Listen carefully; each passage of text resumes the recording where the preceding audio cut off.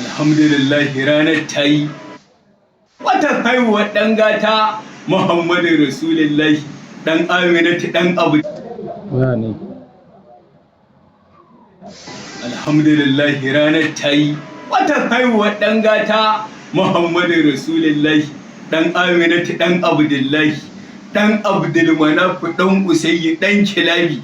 La ilaha illallah wanda Bahira ya faɗi zuwansa ya sauka, wanda ya zo a Taura aka faɗe shi a Injila. To ina masoyan, ina masu yaban, ina huddadawan, ina masoya Muhammadu Rasulullahi.